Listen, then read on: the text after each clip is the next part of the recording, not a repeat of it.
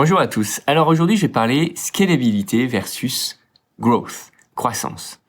Et c'est typiquement ce qu'on a confondu chez MyCity Friends sur 2020.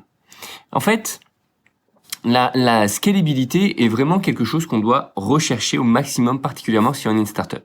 Typiquement, ça fait 6 ans que je fais de l'action, je travaille en tant que CTO externe, et donc ça fait un peu plus de 3 ans, quasiment 4 ans que j'ai créé MyCTO Friends.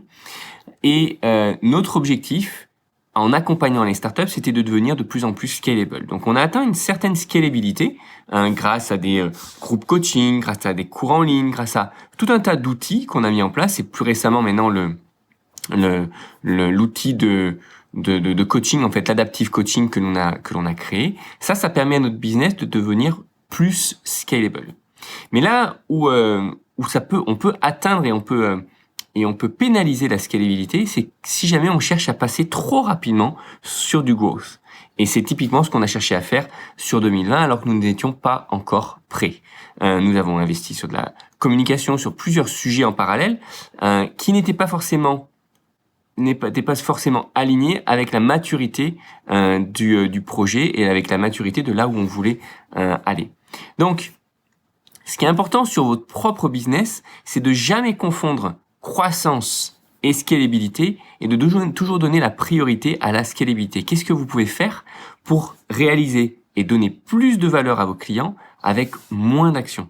Cherchez pas forcément à grossir vos équipes, essayez de voir avec une toute petite équipe, qu'est-ce que vous pouvez faire pour générer plus de valeur, potentiellement même de chiffre d'affaires, juste en automatisant au maximum. Et c'est comme ça, en cherchant à automatiser, en cherchant à créer un workflow vraiment très très fluide auprès de vos utilisateurs, auprès de vos clients, etc., que vous allez pouvoir ensuite considérer faire une phase de croissance parce que vous aurez quelque chose qui est déjà scalable, même s'il est à une toute petite échelle.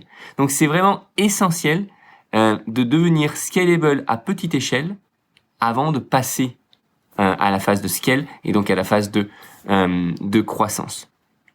Voilà, j'espère que cette petite réflexion vous aura éventuellement aidé sur votre business, vous permettra peut-être d'éviter certaines erreurs telles que celles que nous avons pu faire cette année, de croître trop vite, parce que c'est toujours facile finalement de brûler du cash, d'investir rapidement et de perdre finalement le focus du business, à savoir de générer du chiffre d'affaires. Et c'est typiquement ce qu'on a fait. On a arrêté de donner l'accélération sur le côté chiffre d'affaires, business, etc. Donc ça a même ralenti parce que ce n'était plus du tout notre priorité. Notre priorité était devenue sur le produit.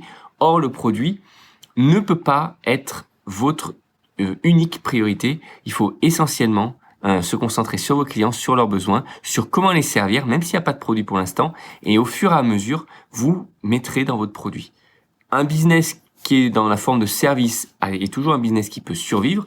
Un produit, s'il n'a pas en face les clients déjà prouvés, etc., n'est pas un produit qui va pouvoir se développer, donc ce n'est pas un business qui est fiable. Et on a encore besoin d'apprendre, de faire développer notre produit, même si aujourd'hui on a des très bons retours. La partie produit est toujours plus risquée, et donc tout investir et partir en phase de growth sur un produit alors que le market fit n'est pas encore à 100% prouvé et que le produit n'a pas une adéquation parfaite avec les utilisateurs, c'est toujours un risque, et un risque qui peut potentiellement coûter cher.